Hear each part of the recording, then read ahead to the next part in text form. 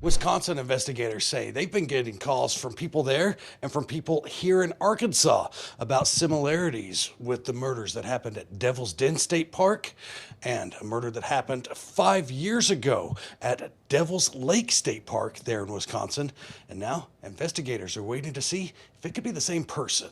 There is a suspect of a homicide that is at large right now. There's a risk to the community in any community they are in. October 2020, Devil's Lake State Park, Wisconsin. 24-year-old John Schmutzer was hiking near the South Shore when he was stabbed to death. He was by himself, and we have also obtained a video from his phone that he took himself at the top of Potholes Trail. Investigators talked to more than a dozen witnesses who said they saw a man frantically running away from the area, described as about 6 feet tall, wearing pants with ripped knees, a dark top, possibly a hoodie. At the time, investigators said it's possible the killer was hurt during the attack, and they did not think that Schmutzer and his killer knew each other. Now, Wisconsin investigators are working with Arkansas State Police to see if Andrew McGann could be the person they've been looking for.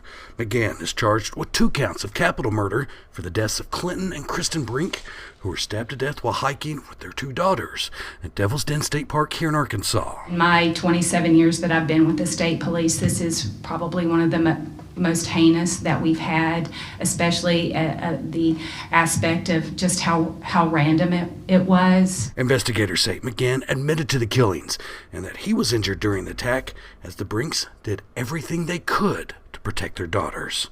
When investigators searched his Springdale home, they say they found items that McGann was wearing in this picture taken by a witness at Devil's Den State Park the day of the murders, July 26th.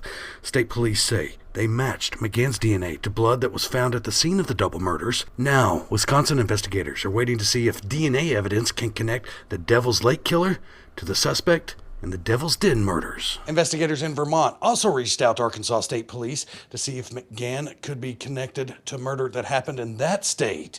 Investigators say that as of right now, there is no link between the 2 cases. In Fort Smith, Brett Rains, 4029 News. Andrew James McGann is expected in court on August 14th. He's accused of killing 2 people at Devil's Den State Park. McGann is expected to enter a plea on 2 capital murder charges. He is being held without bond at the Washington County Detention Center.